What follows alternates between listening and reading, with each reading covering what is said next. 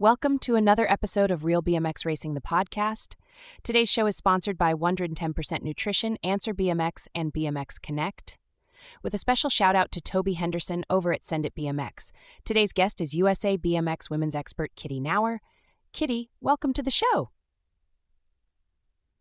Yeah, so let's start off. Where were you born? Winston-Salem, North Carolina, 1948. Get out of here. That's right around the corner from where I live right now. Oh, why? Where you live? I'm in High Point. Oh, okay. Well, I was born in Winston-Salem, but I grew up in Durham. That's where I live. All right. That is funny. Well, yeah, my mother taught school in Apex, and my father taught at North Carolina Central. Okay. In Durham. And then after my dad finished his PhD, we moved to Orangeburg, South Carolina, where both of my parents taught at South Carolina State College, is now South Carolina State University. And that's where I graduated from high school in 1966. And I came out here to Des Moines, Iowa, where I attended Drake. I did both my undergraduate and graduate work at Drake. And then I went into the school district in 73, having completed undergraduate and graduate. Yeah. Oh, wow. And I've been here ever since. So, yeah. I heard the snow is really bad there. I heard you guys get when it snows there. Yeah, we get snow. Now last year we got a dump on. We had 15 inches in a 24-hour period. But you know what? I'm accustomed. Well, I can't say I'm accustomed to the snow, and I'm not accustomed to the cold, but I'm not coming back. Okay. I mean, my life has been here, got married, with two sons who are both well into adulthood. The oldest is 46. No, Max is 47 now. He had a birthday in September. And he lives in Lake Barrington, Illinois. And then the youngest son is 43. And he is nonverbal autistic, and he now lives in a group home. Since my husband passed away in 2019, then I had to work to move him into a group home so that, he could still have a life and I could have a life also. Right. But I get to see him all the time. That's good. Awesome. Yeah. And your oldest son, how far away is he? Lake Barrington is about 6 hours from Des Moines. Okay. It's a suburb to the northwest of Chicago. Okay. Yeah. So not terribly far. No. Oh, no. Not at all. Not at all. So how old were you when you picked up a bike? Well, are you talking about BMX or are you talking about cycling? Oh, we're doing both. Well, yeah, let's take it all the way back.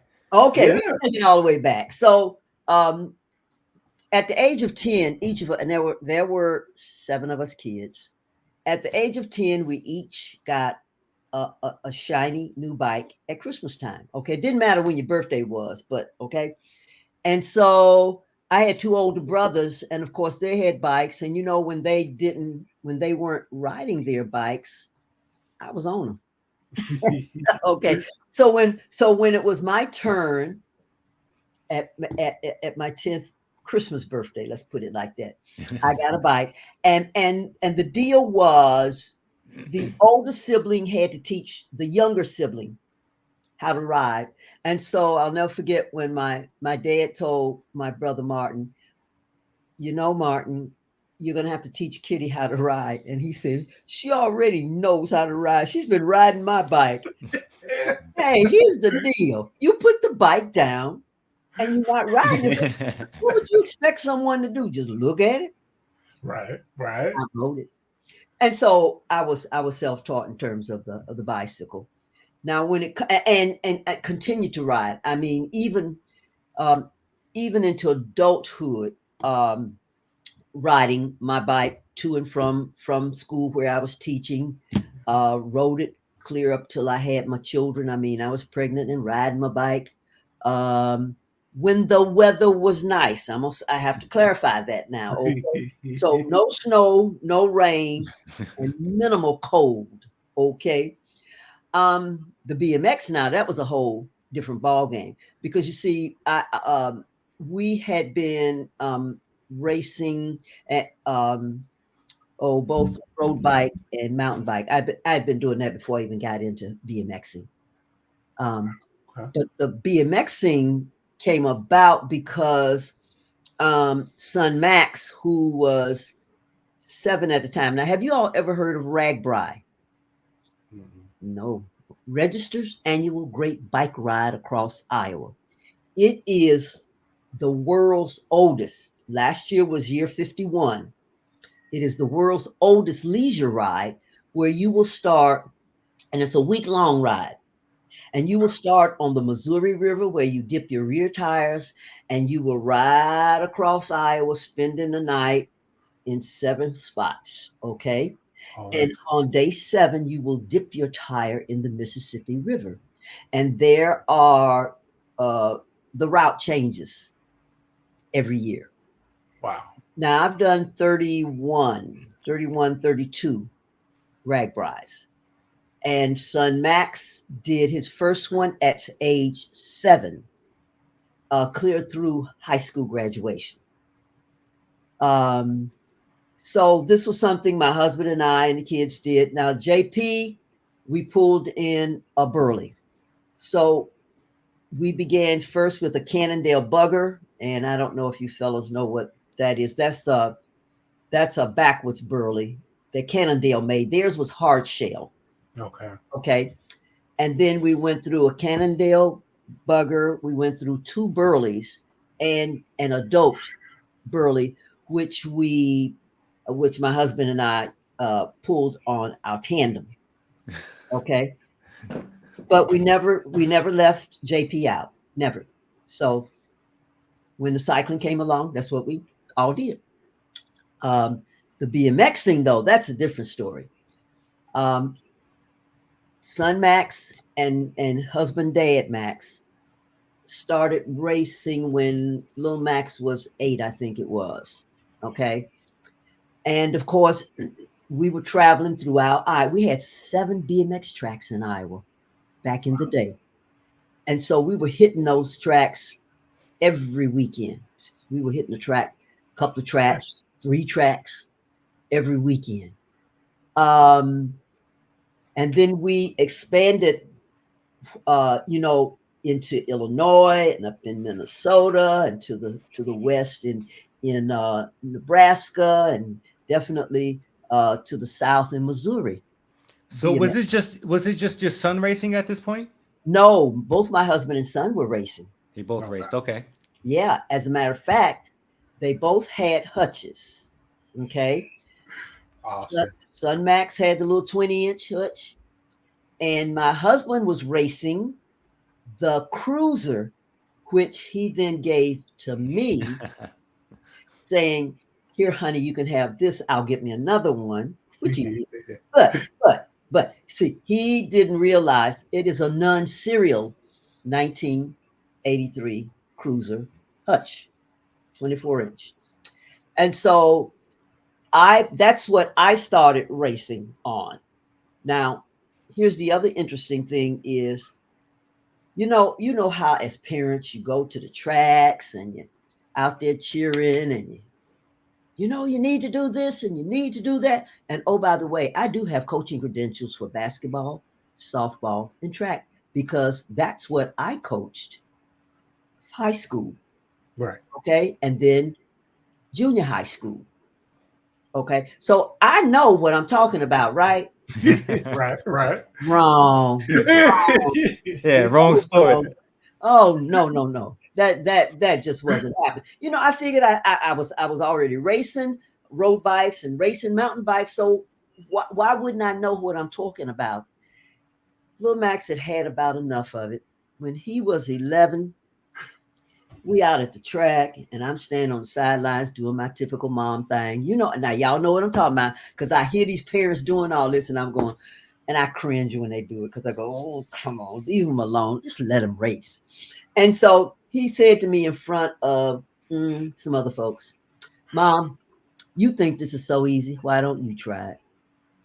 I said, "Oh, okay, but bite." And so at the next race, it was Mother's Day of '88. I put on his helmet that was too small. I had this big afro, and I stuffed all that in the helmet. So the helmet was too small. I put on the gloves that were too small for my hands, and I actually rode his little 20-inch. Okay, now I'm gonna tell you, when you step off of a road bike or a mountain bike onto a 20-inch, oh no, it is not the same. And you take your life in your hands. And you know that. So you said you were born in 48? Yeah, 1948. And this is 88. And this was in 1988. So you were 40 years old. I was 39 going. I wasn't going to be 40 until July. Yes. Wow. So I was 39 going on 40. And here I am, this old lady, doing, and here's the thing. And it was a Mother's Day race. And that's typically done at tracks. And so I didn't win the race, but I'll tell you right now, I had a whole new appreciation for what BMX racing was all about.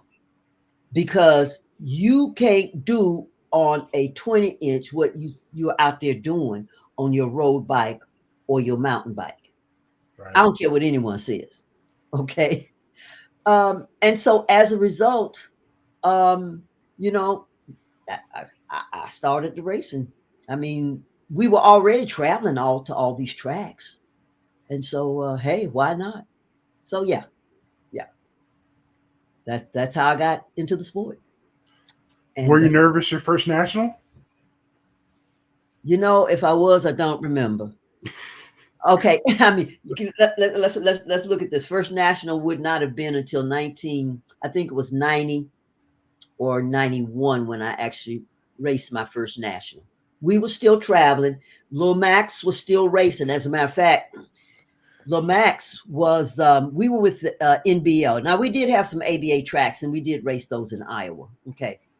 But we had not been doing a whole lot of nationals. As a matter of fact, we got involved in nationals when there was a, what do you call them, regional national that was hosted here in Iowa. And, people came from all states surrounding and then other places to race that. And this was 2 weeks before Grands. This was the other thing. 2 weeks before Grands. The first time he had been in a race of this sort. And he cleaned house. Wow. He was so NBL, how did NBL do it? I know ABA is novice, intermediate, and then expert, but rookie. So it was what, rookie, and what was that next step, and then expert. Because in one of the sanctions, we used to start as beginners. Okay, maybe that's it. And then novice was the second step. Okay, beginners, and novice, and then expert. Okay, yeah. So he was a beginner. He was a beginner. Okay, and so at that race, man, let me tell you, and people want to know, Iowa, where's Iowa? I mean, who ever heard of such? Because we went to Grands that year. As a matter of fact, there was a lady from the NBL who was there, and she said, "Now if that check should fall into my case," and she had her briefcase there opened up, he will now be signed up for Grand Nationals. And we go, Grand Nationals, what is that? Well, that was the beginning of really hitting the national circuit now, because we went to Grands at Louisville, and I mean, we fell in love with the place. EP Tom Sawyer, we took our tent. We had this huge, and that tent is still up in that attic. And I told my son Max at some point he got to pull that sucker up out of there before I leave. Okay, but it was a Hillary canvas tent. A 10 by 10 foot tent. Okay. We put that up. That's what we were in for the weekend. All right. At the national, at the Grands, not national, but at Grands. Here is Max. First time at Grands, first time in truly what would be a national race, because he'd only done only had done the that other race. And so lo and behold, he won it. And I mean, he cleaned house with the 11-year-old rookies. Okay. Which automatically moved him up to the next step, which was novice class. Right. But that was okay. He didn't mind that. But here was the thing. There were folks, and I get it. There were parents who complained, and I understand why they complained. They want to know why some kid who only done one big race could wind up walking in and walking away with all the goodies. And right. So right. a change had to be made. And I wasn't upset or angry about it, because as a parent, I'd have been upset also. But here he has this 6-foot trophy, bigger than him, that we literally had to take it apart to get it back. We didn't even have a van at that time. We had this Ford Fairlane that we those are nice. Yep.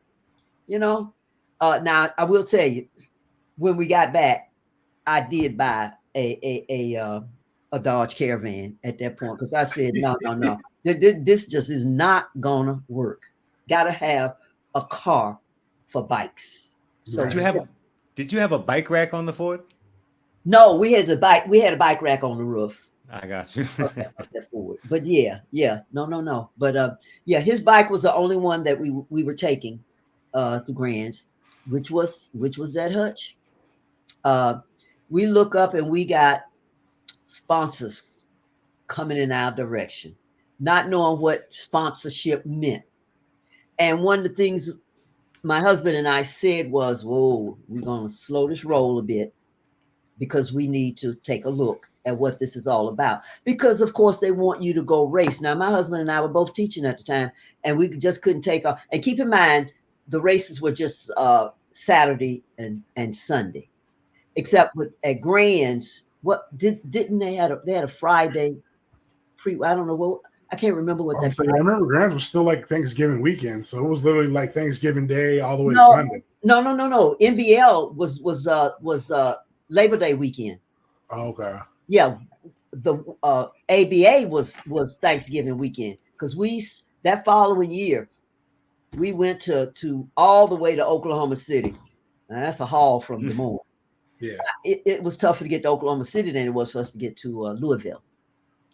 So yeah. Were those the only two sanctions that you raced? Is ABA and NBL? Yeah. Wow. Okay. What other sanctions were there? Up my way, there was another sanction called WWBA. What was that? It's Worldwide BMX Association. Not familiar with it. And I'm not. This was in 1980s when I signed up with them. Oh, okay. So where would I'm gonna pull him up on this other computer, because I'd never heard of. I'm not familiar with that. So hey, and I'm gonna tell you what, I am an eternal learner, and so as I tell people, somebody throw something at me. No, you're not gonna catch me flat-footed. WWBA. WWBA, yeah. Worldwide BMX Association. Well, there's a WWBA baseball, WWBA world. Okay, so let me put in worldwide. Okay, WORLD wide. Dang, she's straight fact checking you, Shannon. That's right. That's right. Worldwide. I have receipts, like they say. I got my membership card still. See. Okay, so I'm hunting this up right now so we can talk. So I can talk. Oh, it exists. Here it is. I was gonna say I was wondering if something would pop up. No. I have Worldwide BMX Association. Click. Let me see what it. Well, here's what it brings us back to. It brings us back to USA BMX Canada. Oh man, I would say maybe they merged when they merged it to USA BMX. Well, no, it would have been. I think it would have been. It would have been Canada. Yeah. See. So wait a minute. So where are you from then? Where were you racing at? New York and New Jersey. Okay, on the East Coast. You know, we used to go there all the time to race. We did that Eastern Seaboard, which I loved. As a matter of fact, it would have been the summer. It would have been, yeah, because Lil Max was in 7th grade, going to 7th grade that year. Yeah, we did a tour, a 6-week tour of the Eastern. Really? Yeah. Oh man, that was so neat. Oh, that was so neat. So I'm looking here, no, and I'm not seeing that anywhere. What was the time period for that? Do you remember? In 80 to, I don't know, a few years later, maybe. Because then I ended up moving. That was the first that was the first membership that I got, is WWBA. And then I found out about another track in Jersey that I made my home track, which was an ABA track. And then the other track closed down, the WWBA track. And that was it. I never even heard the WWBA after that. Okay, because nothing is popping up here, and Wow. I'm good at seeking stuff out. I believe his racing made the news one time. There was a shooting in the park at where he was. Yeah, it's still online. You could bring it up. Okay, tell me what it is, and I'll pull it up, honey. Fifth Dimensions. FIFTH, Fifth DIMENSIONS, Fifth Dimensions. BMX. Fifth Dimensions, BMX. Oakland, New Jersey. Oh, okay, hold tight. BMX OKLAN. Come on now. ND. New Jersey. Yep. SEY. Bam. Okay, here we go. New Jersey BMX track history. That's not what I want. You might have had to type in shooting. Possibly. Oh, okay. No, he's right. I got you.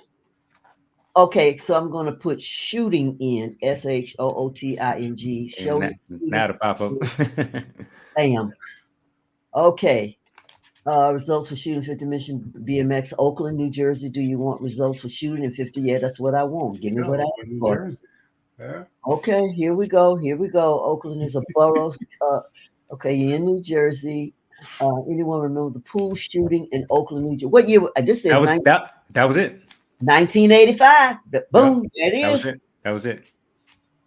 They ask if anyone remembers. The people says, okay, it says, sorry, this post was deleted by the person who originally posted it. Anyone remember? Archive. Whoa, that's crazy. 6 people arrested and 24 guns confiscated. This is 1985, this man, and no evidence of gang affiliation. Seriously. No gang. I mean, I'm reading what people have put here. More surprised something was actually done about gun violence and not just thoughts and prayers. Yeah, it's a whole slew of stuff here. Interesting. It was a gambling spot that was right next to the track. Okay, see, they don't say nothing about no gambling here, and I know how to read fast. I start reading.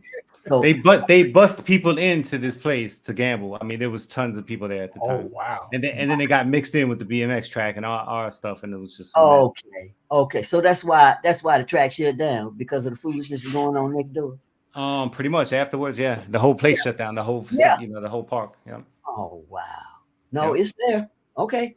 Anyone remember the pool shooting in Oakland, New Jersey in 1985? It's here. Okay. Yes. So what do you like racing more, indoor or outdoor tracks? That depends on the location, that depends on the track, and that depends on the climate. Okay. and I say that, okay, because there's some fabulous outdoor tracks. Okay. By the same token, in the wintertime, I love going up the Rum River.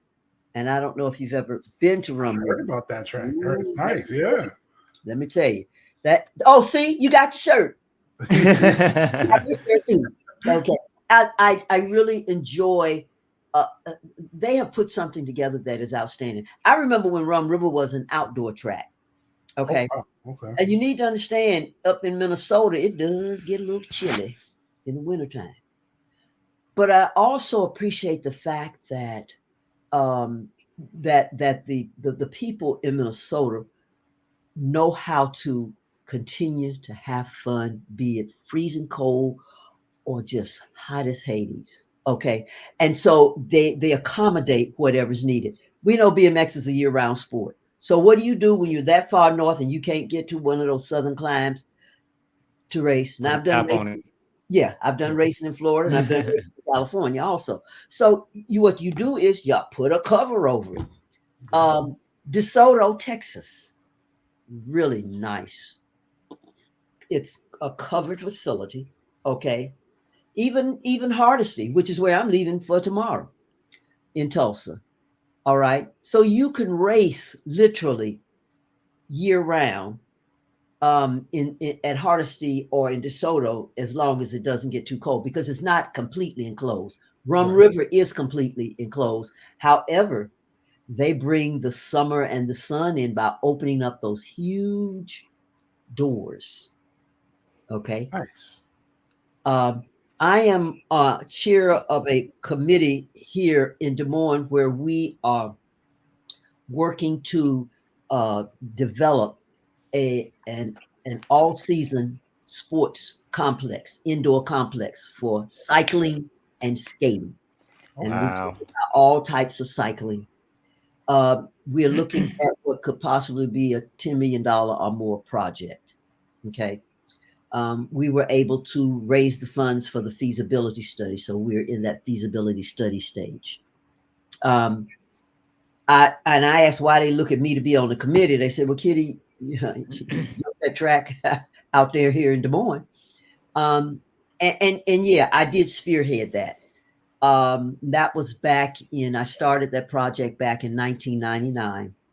But I did a whole lot of talking and a whole lot of convincing. I started with the mayor, to be honest with you. I had to start at the top because, not knowing how this was to be done, not having any direction, because by 1999 we had lost all but two of our tracks here in Iowa, and so we still wanted, and we were still racing, but we were having to travel further distances and not having a home track. Right. We had our first race here in August of 2001, and it was Des Moines Metro BMX. The track is still here. It has gone through evolutions. So it became, Ewing Park BMX. Now, as Des Moines Metro BMX, we were NBL sanctioned. And folks wanted to know why did we go with NBL? And I'll be honest with you, NBL provided a track builder for us. And so that made sense because you know what, when you build something on this much money, and I'm serious, that's what we had. Right. That's what we had. And people want to know, well, how in the world did you put all those pieces together?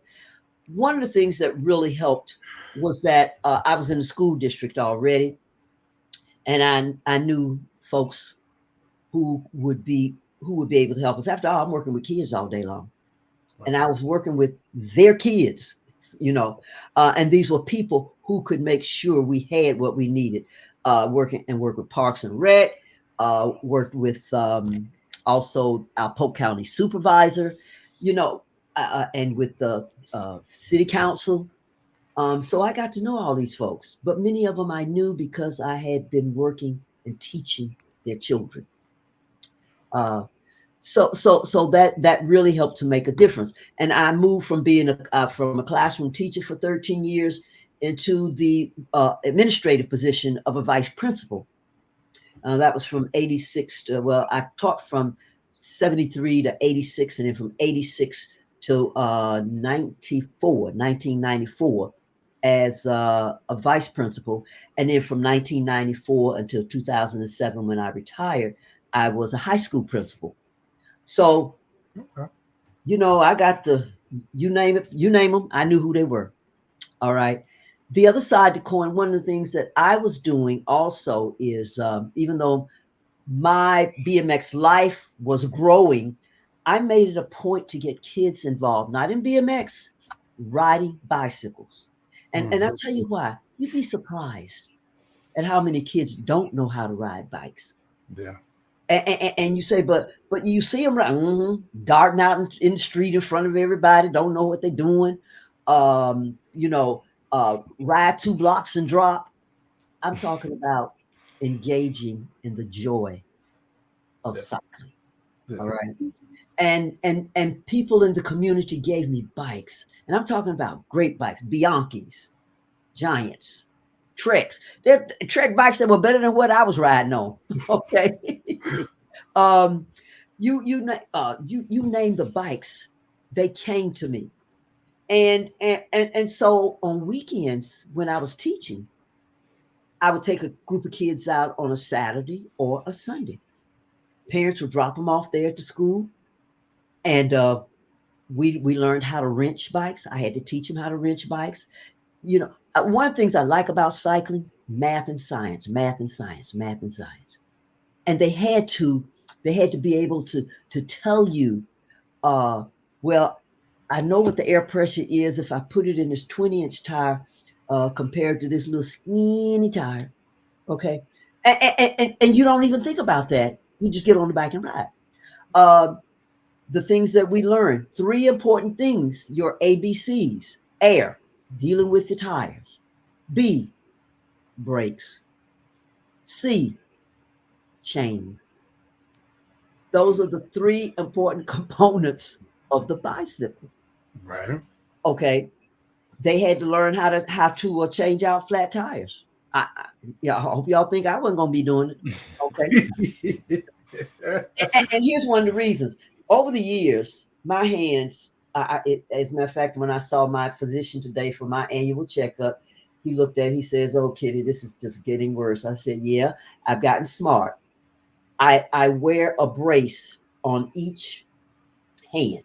Okay. So it covers this part down to here. And then when I don't have to do that. This hurts. It hurts but I'm not going to stop riding. And so that brace makes it much easier to hold on to the handlebar. Right. And these are things I had to learn. Okay. Because I have more orthopedic doctors than you can shake a stick at. Why? Both hips and knees were replaced because of Arthur. And I refer to arthritis as Arthur. Arthur and I live together. We've been living together now longer than my husband and I were married, which was for 44 years. Okay. And Arthur is still with me. I've had 4 foot surgeries. I've had 2 back surgeries. All of it due to arthritis. And then, of course, I had the major surgery when I had that accident back in 93, jumping doubles. Did a header over my bike and broke my neck. Oh, wow. Ended up totally paralyzed. Did not happen in Des Moines. I was in Rantoul, Illinois. Okay. They had a BMX track that was at, it was not Air Force Base. It was a facility that had been one of the military facilities. Okay.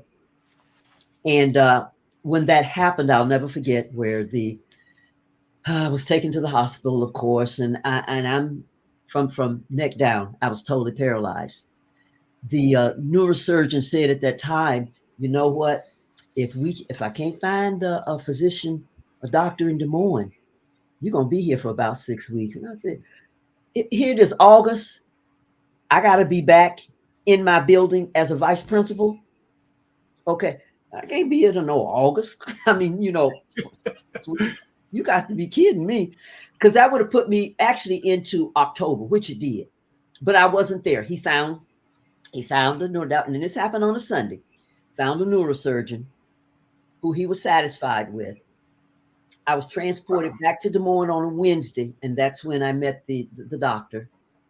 The doctor and I had a rather interesting conversation, because he said to me, "What did I plan to do?" And I said, "Well, after surgery, I'm going to walk out of here." And he said, "Honey, I don't think you realize, but you may not regain full use of your arms and your legs." I looked at this dude. side-eyed because I'm in a neck brace up to here and I can't move anything. I said, well, that's what my plan is. Okay. Now, I did not know how, I did not know what condition I was in. I knew that I couldn't feel anything from my shoulders down. All right. When he met my husband, who came over, the two of them are talking across me. I'm in the bed like this, and they talking across me. Okay. And the doctor explains to my husband, he says, I don't think your wife realizes the significance of this injury that she has. C4-5 cord syndrome.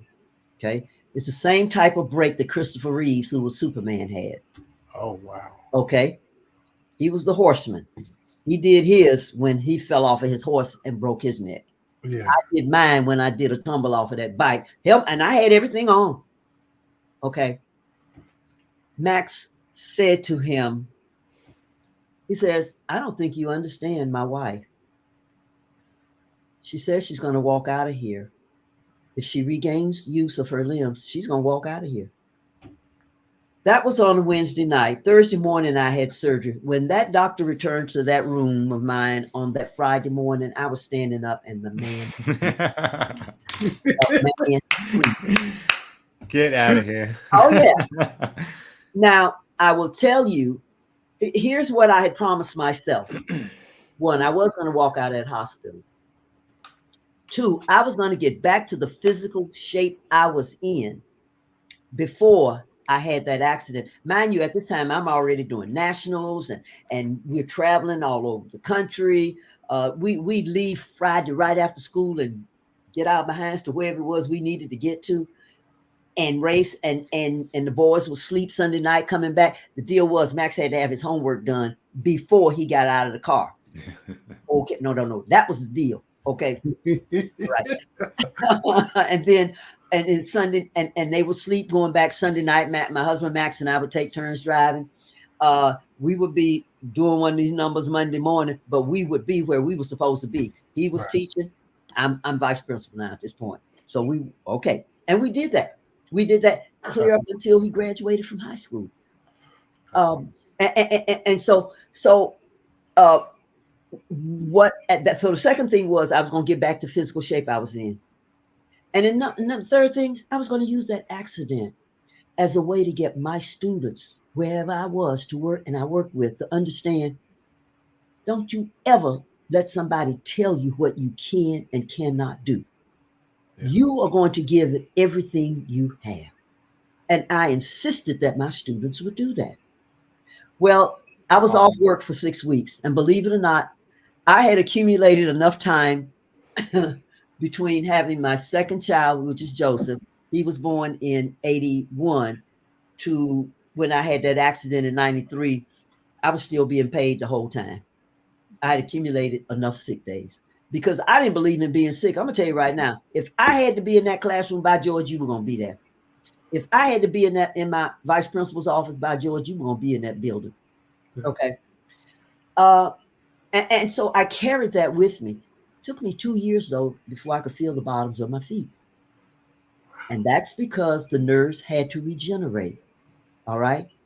Took less time with my arms and hands, but I had this neck brace on for 6 weeks, and so I was not permitted to go back into the building. And I understand that. I get that. Right.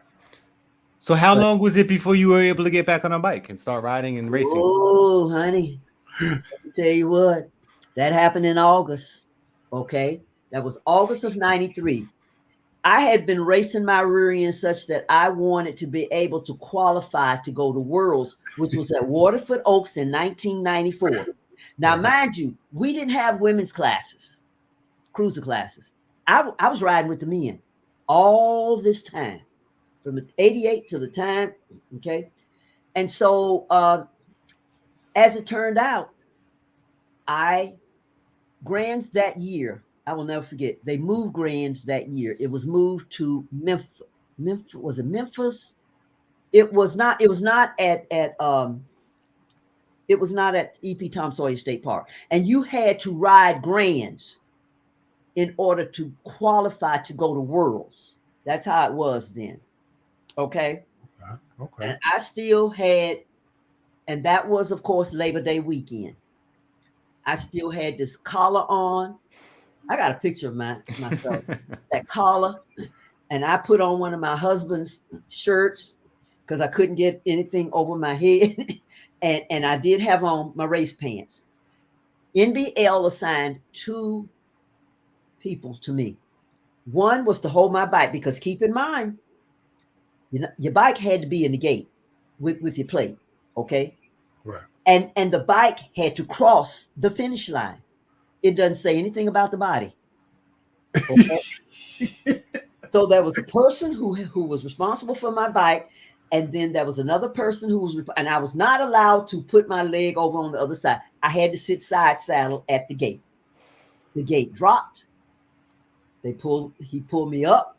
He took the other guy took the bike, went to the finish line, and waited till the last person got across and took my bike across.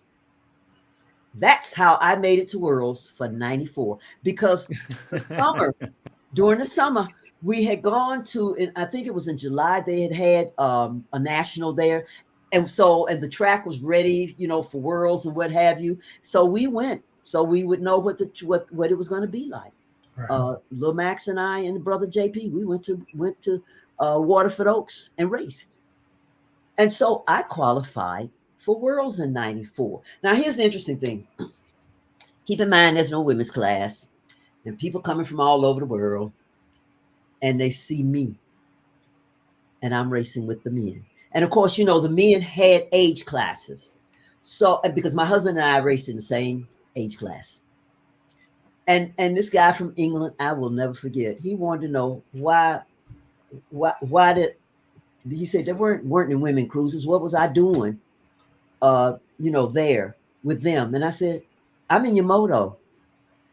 And he looked at me like, this woman crazy. I made it a point. I didn't make it to the main. That's okay. But I made it a point, because you had to run 3 times. Right. I made sure I beat him every time. That's okay. That's okay.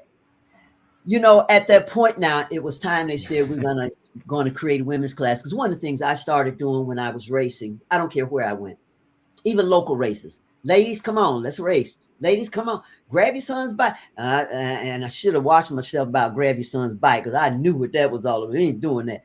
Grab a cruiser.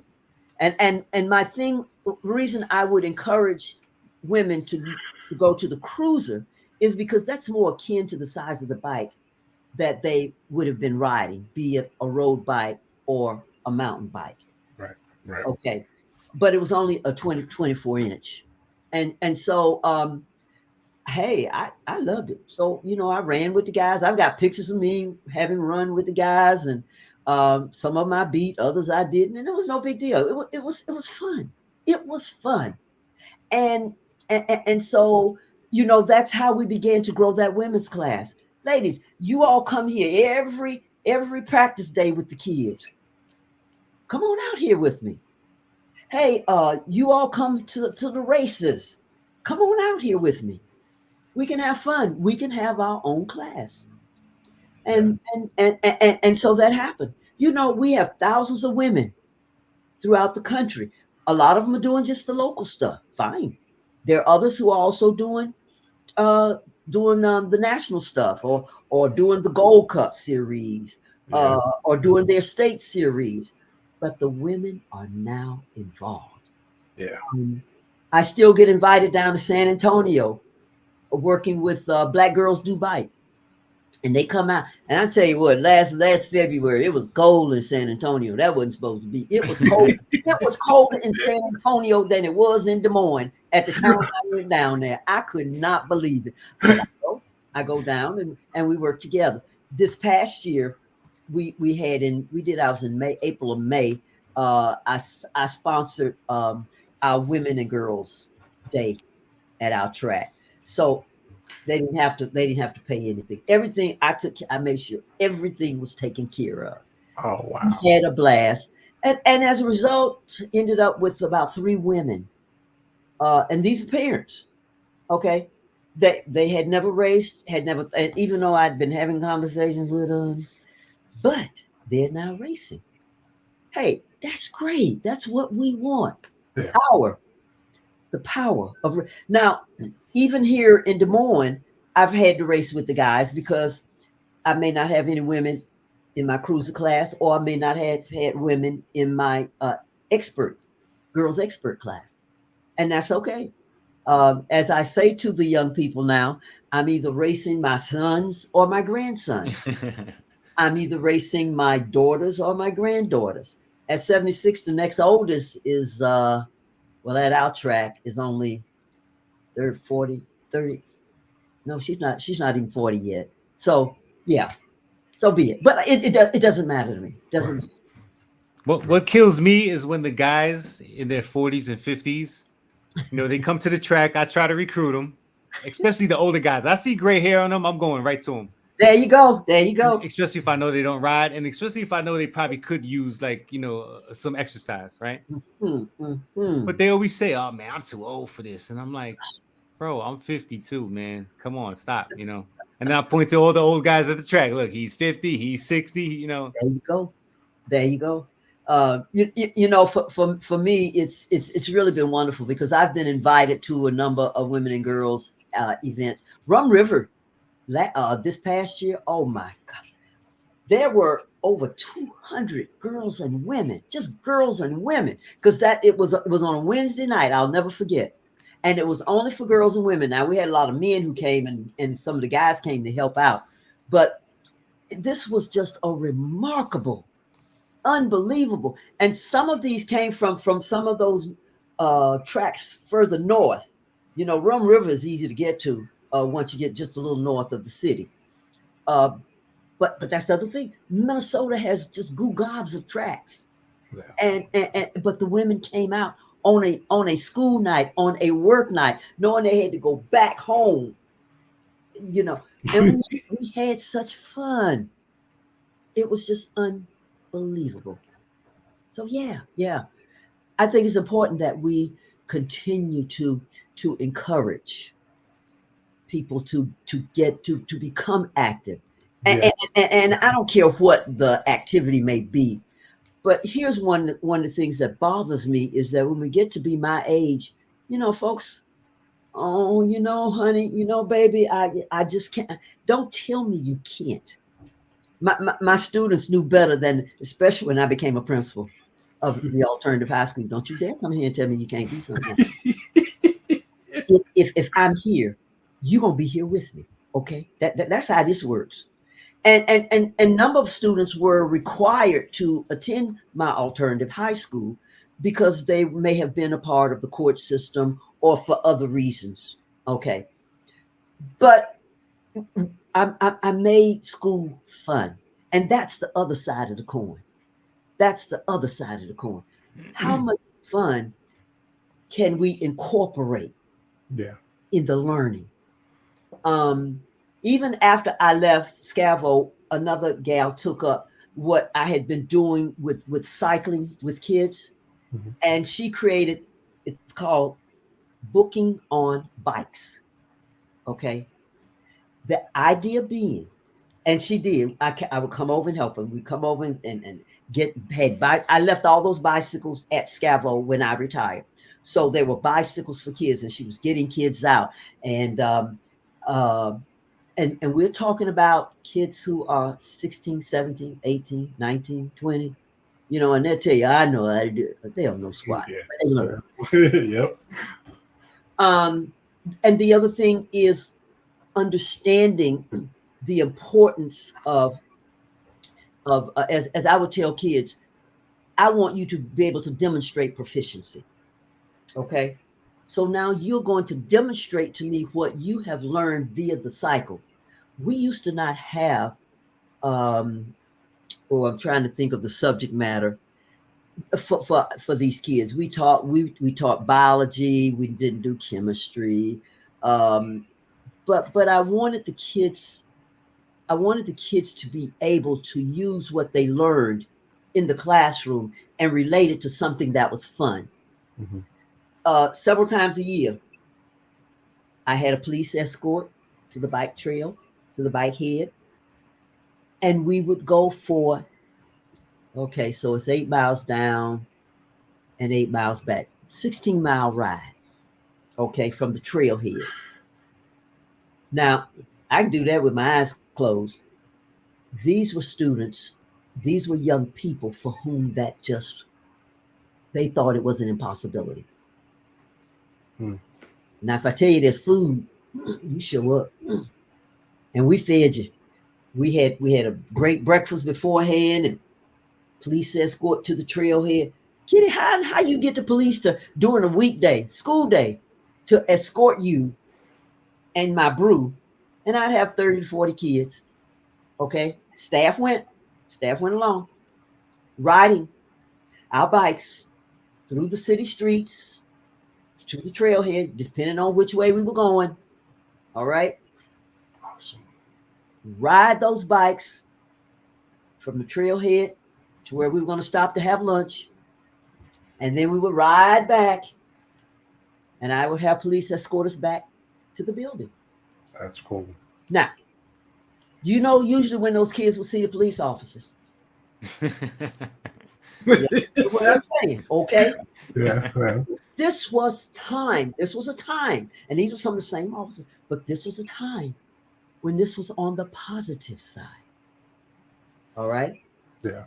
We would get to where we were going to have lunch, and we would talk about the bikes. Okay? Because I had all kinds of bikes. We would talk about tire rollout. We didn't have any paper and pencil with us. Had to use this. So if you're going to roll out on a 20-inch tire for 100 feet compared to a 24-inch tire, how many cranks of the pedal will it take? And some kid would say, well, now that depends on the gearing. Ooh. Okay. Let's say everybody's going to have the same gearing. Okay, front and back. And they had to learn about gears. When riding BMX, the only gear you got is the one that's there. Oh, but now you should know this one. What type of bike was that, or what was that done? I remember this when I was racing. This gentleman who owned Cannondale used to race BMX, and so he had what amounted to 2 gears. It was one to get out the gate with, and then the other one to be able to race. What was that called? And don't just shake your head. I'm looking at your head. You're going, I'm trying to figure out. You thinking of the rider? You asking for the rider name? No. I'm asking you what. I mean, it was a BMX bike, but they had a 2 gears. a 2-speed hub. Okay. So Twan Van Gent, that's the guy that had in the Olympics, right? On a Maybo. He ran it in the Olympics, and everybody was talking about it. Okay. Well, back in the day, we had those. Wow. But you had to use some kind of switch, right? Right. Like a trigger. Right. Okay. Yeah. Because a couple of the guys that I raced with, I mean, we were in the same age class, but that's what they'd have. That's what they had. Really? You know, they had, so they had a gear to really get them out of the gate, and then they switched their gear and then just keep humming. And so and I don't know if I was. Yeah. I'm sorry, there's some kind of delay going on. I don't know if you see it. Ain't no delay. I'm looking right at you, baby. Right? No.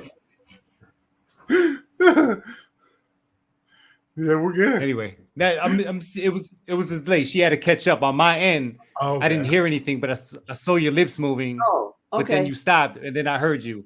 Oh. You hear me now? Yeah, everything's good now, right? Okay. All right. So anyway, there used to be a what was that I'm not called? sure if it was a Huffy. Remember they used to have something that was on like the grip. On the grip, on the inside of the grip where you could change gears. Yeah. And what was that called? But back, I have no idea.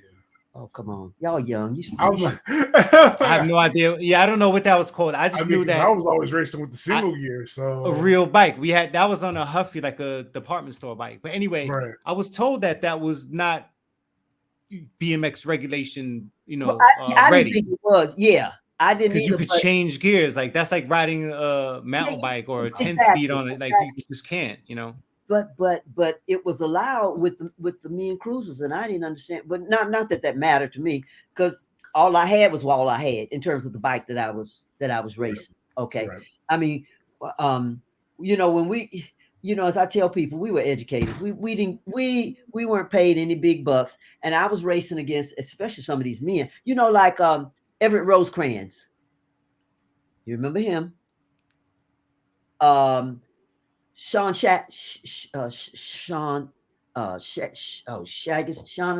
Shaughnessy from Florida. I'm not familiar with that name. Yeah, see, they were my age class. Oh, I wow. remember Everett Rosecrans because he's the one who had vans. Shaughnessy, the dude who owned had something to do with the bike name just escaped me again. But I was riding with some heavy hitters. But they were all my age. So it didn't matter to me. It was like me racing my brothers. Right. I mean, I had 5 brothers, and so I would do whatever it was to be in the game all the time. And even growing up, when we were playing sports, they might pick me over my brother, and sometimes that didn't sit too well with them. But that ain't my problem. I do whatever I need to do so I could be a part of the winning team. That's right. Did your brothers ever try racing? No, no, they didn't. Because keep in mind, I'm well into adulthood when I started racing, and by the time I started, they were all adults themselves, and it wasn't anything that their kids were interested in. Although we would go to Ohio a lot and race, because by then that's where my dad was, and so as an adult. But keep in mind, I'm an older adult. I had 2 younger sisters and 3 younger brothers. So yeah, and then there were 2 older brothers. I mean, but yeah, no. So I know a lot of adults my age, like just say in the 50, 51, 55 class, Mhm. they came back to racing, either came back or started racing because of a kid, a grandson. Right. I'm just wondering how many adults raced back in the 80s that didn't have kids. Because like I said, a lot of the guys now, they're racing to kind of relive their childhood, or they're Right. racing because their child is racing. Right. Or they'll end up coming back maybe if their child doesn't race and continue racing. But I just wonder how many adults like actually raced back then that didn't have a kid at the track, And I understand what you're saying. Typically the men who were racing because they had kids, or they continued racing because they started racing when they were kids. Right. Okay.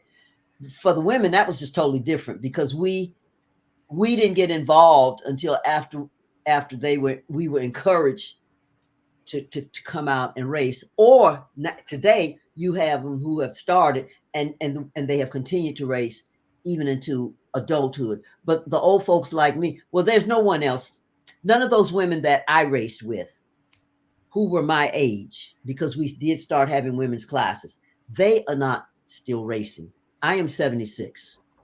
Okay. Right. And so my class of women are not there racing anymore. They may be taking their grandkids to the track, but they are not on the bikes. And people wonder, how in the world am I able to continue to do that?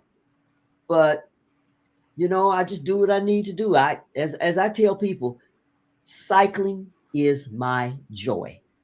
Right. Okay. Oh, we could feel it. Yeah.